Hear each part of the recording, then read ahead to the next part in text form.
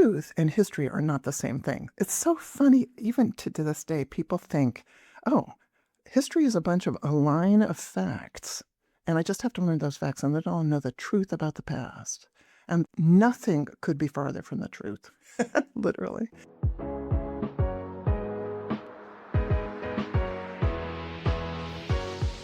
Welcome to Unapologetically Creative, a podcast from the Vermont College of Fine Arts, where we celebrate bold artistry, transformative creativity, and the audacious voices shaping the future of the arts. I'm your host, Andrew Ramsamy, and in this series, we dive into honest, inspiring conversations with artists who are pushing boundaries and redefining what it means to create work that resonates and endures. What can history teach us about creativity? Natalia Ilyin is a writer, educator, critic, and graphic design historian who also is a faculty member in our graphic design program right here at VCFA. Throughout her career, she has helped students look beyond the surface, using history as a way to understand perspective, question assumptions, and uncover the stories that shape our world. In this conversation, we're exploring storytelling, critical thinking, creative voice, and why asking thoughtful questions is often the beginning of meaningful work. Natalia, welcome to Unapologetically Creative. Oh my Lord, you made me sound so fabulous. You are fabulous. Well, it's true, but most people don't know. Well, I know, and when I first met you and I told you this, your silhouette reminded me so much of one of my teachers in junior high school. Oh my goodness, I hope you liked her. I loved Mrs. Euclides. So you already were one-upping, you were a +1 already on my list. And then when I got to see your personality, and we had only met on Zoom on several occasions, I was just like, I need to know more about this Natalia. Oh my goodness. So Mrs. Euclides, wherever you are, your sister teacher is here. You're here. Oh, this is really very kind of you. No, most people don't think of history and criticism as wildly exotic things, but you have always kind of given me the impression that you couldn't wait to hear about the next breakthrough in the past, No, I think we're always uncovering the past, and it's such a unique ability and skill to have an appreciation for it, especially in a world that always lives in the present and always wanting to do the future. Yep. Without knowledge of the past, that can turn into some trouble. And it's important for everybody to think about the constructs of the past, how we look at those stories, because there is no right answer when it comes to history. Every single person has a different history, and we commingle them to try to make some sort of social history, and they're always full of holes or gone the wrong direction. And that's actually the interesting thing about studying history. Especially when you were just preparing for this interview, sometimes memory isn't the best thing. It absolutely isn't. One of the things I've never been able to do, and maybe some of your listeners can relate, is I can never remember names. And that was since the beginning of time. I've never been able to, because I sort of panic when somebody asks me somebody's name. So I always, when I do podcasts, I always write down the names. So when Andrew came in the door, there I was writing down the names. Like, I can't forget my co-teachers' names. Well, I think the fact that you do that means you take special care and attention to make sure that you give credit to those who have come before you. That's incredibly important. We need to know, if we can't put a name to an idea, then we're operating in the realm of propaganda. So it's important to know of whom you're speaking and what the context of that person's thinking was, or else you're just mouthing. And we don't like mouthing. How were you drawn to this space? What drew you to it? My career's been unbelievably lucky. And I always loved history because I love stories, just like most graphic designers do. But I was a better writer than I was designer. And I had to come to terms with that, which is a whole nother conversation. But I finally just said, this design thing, I'm just not that good at it. Other people around me were fantastic. But the thing I was good at was contextualizing the things they were doing and relating them to the past. So that's how I started teaching history, not as a linear progression out of the darkness into the light, which is many books are predicated on that notion, but more as a exploration of self. Why are you designing the way you do? Why do you make podcasts the way you do? Yeah. Who was it that taught you that that was the right way to do it? Why did you think that was right? Those are the questions that you want to ask in history. Were you always drawn to history as a child? Well, I lived in history. So I come from a family that, I have a Russian name, obviously, but my mother was from South Carolina, and she escaped from South Carolina during the Depression. She literally took her mother and ran because they were in a tough spot, and so never went back to the South. And then my father escaped from the Soviet Union. And so they were a perfect couple because they were both from crumbling white column societies, They had both lost the war, right? So I grew up with a bunch of Russian princesses around on one side and these people who had gone through the Depression in the South on the other. So all we did was tell stories. Saturday breakfasts, people told stories. That's what we did. And there was the stories we had always heard. So it wasn't like the newness was interesting. It was the repetition that was interesting. Yeah. So I just grew up in history. Was there one story that left an impression upon you that you still remember to this day? Oh, I remember all of them. Oh, wow. I have 3 sisters, and somehow I got the role of remembering the family stories. And I am fallible, so, very fallible. So every once in a while they'll say, actually, I don't think that happened that way. And then I get terrified because I think I haven't remembered it correctly. But yeah, I don't know. The story of my grandmother, my Russian grandmother was on a train stuck in the wilderness of Siberia. It's like something out of a novel. And NKVD officer got on and they were shooting people by the side of the train. So if they found anything on them that they didn't like. And so my grandmother was 22 or something like that. And when the person started patting her down, she pulled in her feet really fast. And the woman dove. It was a woman. She dove for the shoes, ripped them apart, ripped the heels off, and then moved on to the next person. And my grandmother had all her jewelry, which they were living on, around her waist. So she saved her life that way. That's the kind of thing I was hearing on Saturday mornings. Wow. So that immersion from a history perspective and clearly a great storytelling perspective, how did that drive you towards what you've become in this world of design and trying to go back and look at things? Well, I am the perfect outcome of my family because my father was a painter and my mother was a hat designer, a milliner. So, what else would I be but a graphic design historian? Right. I'm not getting You didn't go into accounting. No, I didn't jump ship. I didn't, become an artist or anything like that. I'm just a perfect outcome. I don't know. I don't know what happened. Most things have been. What kind of hats did your mom design? She worked for a firm named John Fredericks. Anyone who's interested in millinery should know this. John Fredericks was a modernist hat designer in the 40s in New York. And so they invented, that turban that everybody wears that goes like this. It's got interlocking pieces of fabric that make a knot in the front. My mother designed that. Hey, wow. She did. I'm so proud of her. Yeah. She designed all the hats for the Yves Saint Laurent exhibitions. Wow. Yeah, she was good. And your father? My father's a California landscape painter. After he retired. He retired at 50. So, I barely had a job by the time I was 50 years old. You know how creatives can be. Anyway, I feel weird talking about myself, Andrew. You're going to have to talk. No, I want to hear you talk more.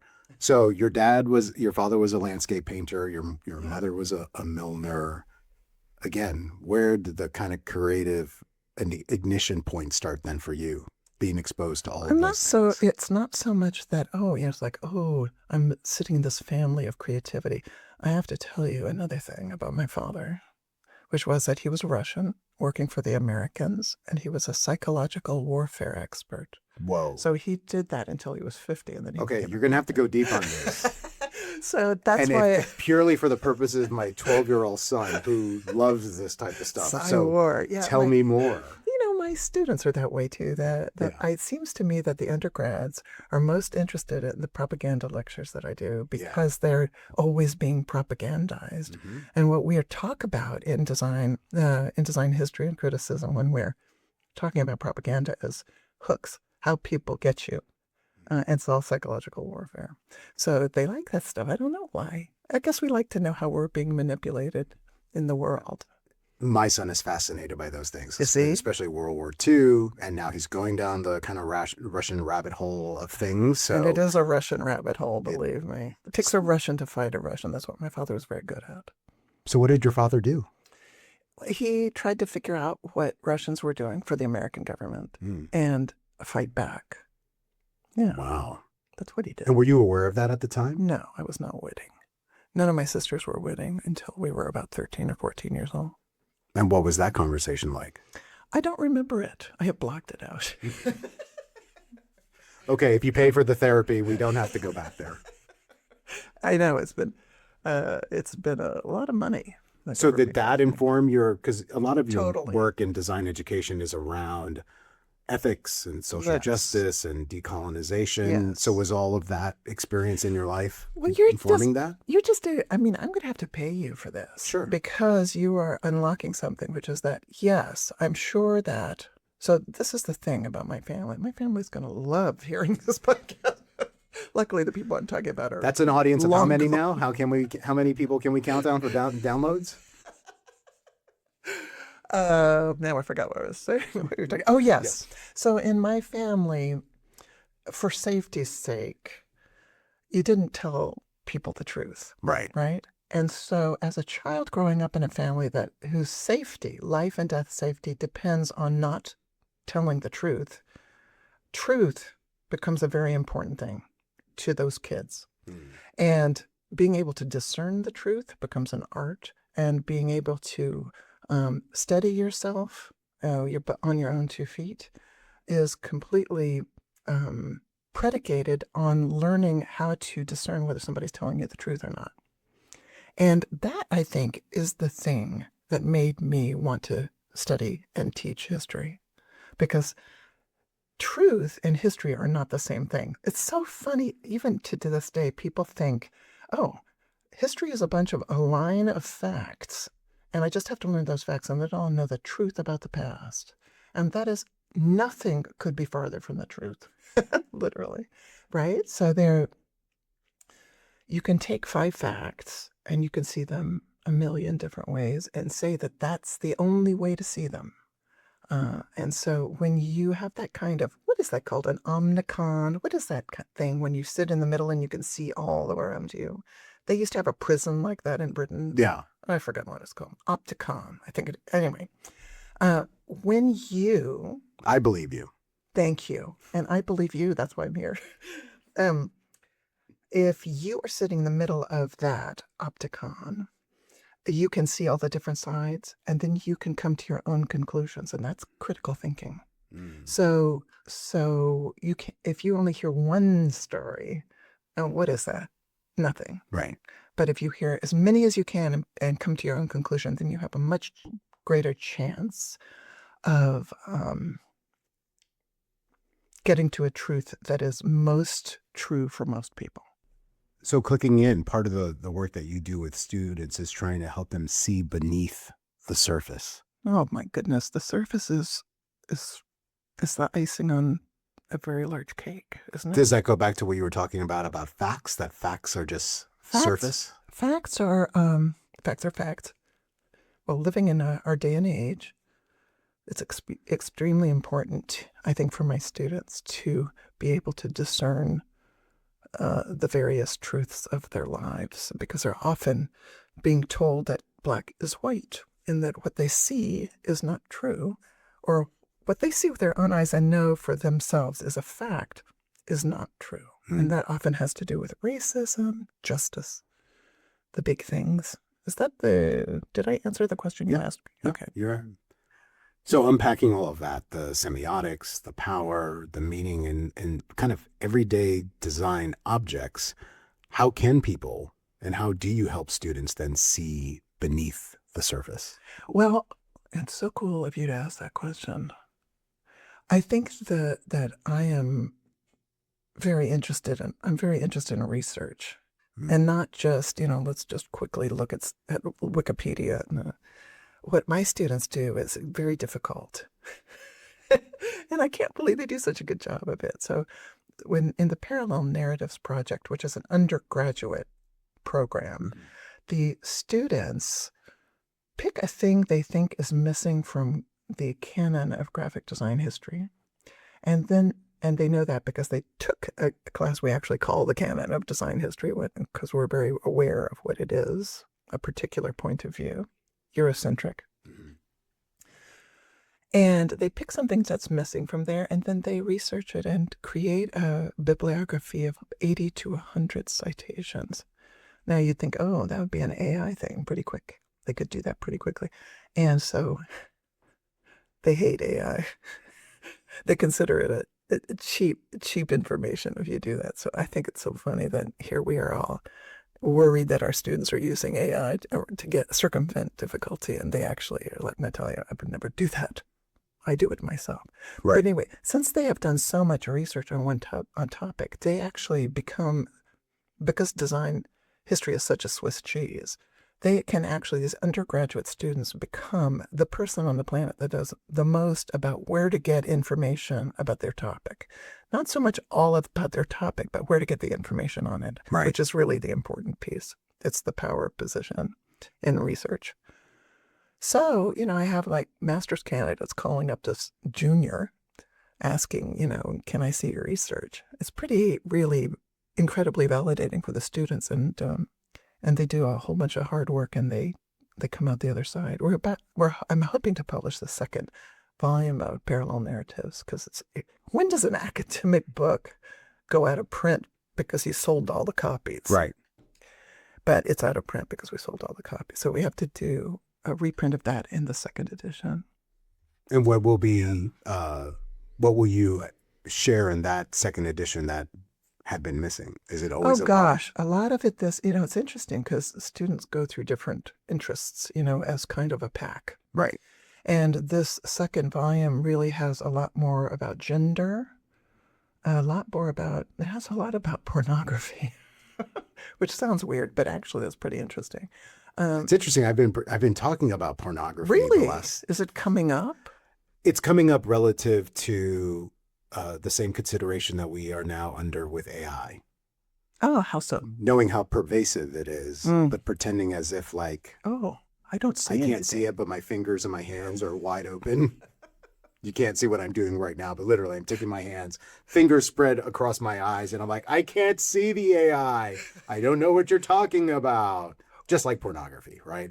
Right. But yet outside of the United States, pornography is nudity. Yes, that's right. Very different. So the American-centric view of pornography is not pornography elsewhere.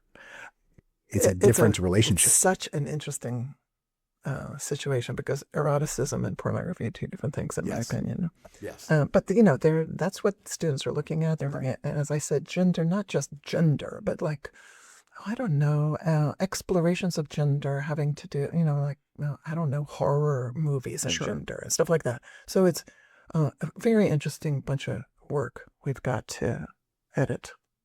So when you talked about the parallel narratives that you've done with your students, in Chasing the Perfect, you critiqued modernism's perfectionism. How did writing that memoir transform your critical lens on design and culture? Are you asking these questions? Did you make up these questions? Of course. These are fabulous questions. This is what I do for a living. Nobody asks these questions. Well, that's why we have this podcast. I'm very excited about this. I know I sound like I'm about to go to sleep, but that's just my voice. It's just so everyone knows, it's day 8 of residency here at our summer residency, and tomorrow's the last day. It sure is. And this is the final interview of this season of this podcast for season 2. So it's okay to feel as if you want to go to sleep right now, because we all do. But hopefully this podcast is not doing that to you. Yeah, no, gosh. Well, anyone who's interested in history, first of all, you've already culled the audience, because you're going to have people who can put up with things like history and criticism and stuff like that. Yeah. But even if you're not interested in those things, I think it's important to open yourself up to that. And that's what excites me about your work and what you do. Well, thank you. Thank you. You know, there's an old Psy-War thing. I was just thinking about this. You made me think about it. Sure. People are very good liars. People lie to you every day, all the time. I'm sure I've told the 13 lies to you directly today, because that's how you get through life. But people and if I said, what did you do this morning? And you were going to lie to me, you'd have it all figured out. You'd say, well, I went to the gym and then I worked out and I did this and that. I'd be like, okay, tell it to me backwards. They can never do it. Right. Liars cannot tell you the story backwards because first of all, they didn't practice it, but also the mind doesn't work that way. So I thought to myself one year, what if the students had to tell history backwards? What would become apparent if they had to tell design history backwards? And what became apparent was the unbelievably false constructs that we had believed in terms of star making. Design I'm not so sure it is now, but it was a real star making machine. You were a big star designer and everybody wanted to work for you, and then there's another big designer. So when you try to tell that story backwards, you see big gaping holes because you don't see the people who are actually supporting the famous star designers. You don't see all the designers who are actually doing the work. And so you get into some wonderful conversations. So if there's any history people out there who teach history, just try teaching it backwards once and see what happens. It's pretty amazing. So writing specifically to graphic design is part of the pedagogy, and especially here at VCFA. Yes. And you love writing. I hate writing. Oh, well, I like having written. Right. It's right. Post facto. Love it. Process. Hate it. Good. Now that we're on the same page. Same here. We all stare at that cursor on the screen with the same, the same disdain, right? Like, damn you. Yeah. It's a reason it's called a cursor. How do you, yeah, I curse you. How do you guide students in writing, not just as reflection, but also as a part of the active design practice? I guess I look at the person. And the nice thing about BCFA is it's entirely student-centered. Mm-hmm. So I'm looking at the person. They know that they're going to do some writing with me. And we're not going to foreground designing. We're foregrounding the writing, which means foregrounding the ideas. So I look at them and I think, what bothers this person? Why is this person uncomfortable? And I try to look in. I mean, I'm no psychologist, Lord knows, but I did have that Psy-War background. And then I try to figure out why they're uncomfortable, and then I try to get them to explore that lack of comfort. Comfort does not create as well as discomfort does, I think. No, of course. Really? You need tension. Really? Yeah. I guess we do, don't we? Yeah, that's how stories advance. It's called conflict. I don't know this stuff. You like study this it's stuff. My theater, yeah. It's a study, but yes. But it advances the character, right? Otherwise, there's nothing to do. Yeah, something has to change. Yeah, right. Yeah. Hey. Yeah, exactly. Anyone want my job? Speaking, it's not that big a change. Not for the risk averse. But no, I mean, what you're talking about is when you're having that conversation with a student, you're trying to get to a saliency of understanding what's missing. Yeah, and I'll tell you, it's not that far. Anyone who wants, again, they pre-select. Anyone who wants to work with me knows they're going to write. And if they know they're going to write a lot. And so they're usually at a position where that stuff is coming out. They're not quite sure what to do with it. Right. What's that relationship between writing and design? They're the same thing. Explain. They can be the same thing. What do you mean? Well, it's not the same. Okay, so design has it's bifurcated. It has two major kind of parts of the river. One is corporate, right? So you learn techniques to package ideas, and then you go get a job in which you package ideas. The other side, and there's nothing wrong with getting a job, and there's nothing wrong with packaging ideas. However, there is another side, which is you give form to ideas that have not yet been absorbed by the culture. They have not been put into the stream of the culture. And those are the people who work in agencies for social justice, nonprofit organizations, stuff. It's not a big cash cow, I'll be honest, but it's extremely meaningful work. And so if you're going to be on that side of the river, you need to know what you think, and you need to know the ideas that you're trying to get across and for whom you are working. And you want to get those two things in alignment. So that's what graphic design is. So if you are a writer and you figure out that your area of interest is X, then you find a place that you can use that, right? Just as a person who is a form maker first does. I don't know why I'm telling you this. Was that something to do with your question? Yeah. Okay, good. Whichever way you answer it. You could be lying to me, and then again, we'll go back to the beginning. But you know I was lying to you because I can't say it backwards. I'll say it backwards, exactly. Oh, no, now I'm going to my students are going to be like, I can't say this backwards, Natalia. Am I lying to you? Right. Well, it's not a DUI test here, so pat your head, rub your tummy. Right. You're going to be releasing a book next year. Yes.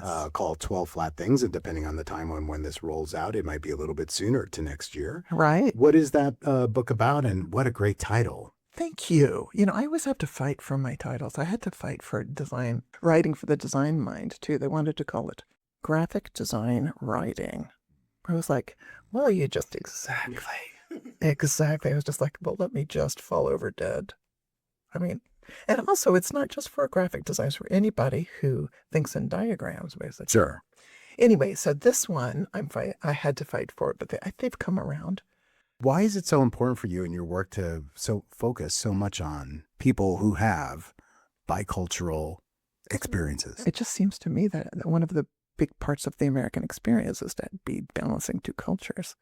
But right now we live in a society that doesn't necessarily, or in a government that doesn't necessarily subscribe to that wants to do everything to actually erase those things. And that's why that's why you have to write books. That's what you have to do. While you have freedom of the press, you have to use it or you'll lose it. And as a person who is half Russian, I can tell you that no one wants to live in the kind of society that these people are trying to go toward.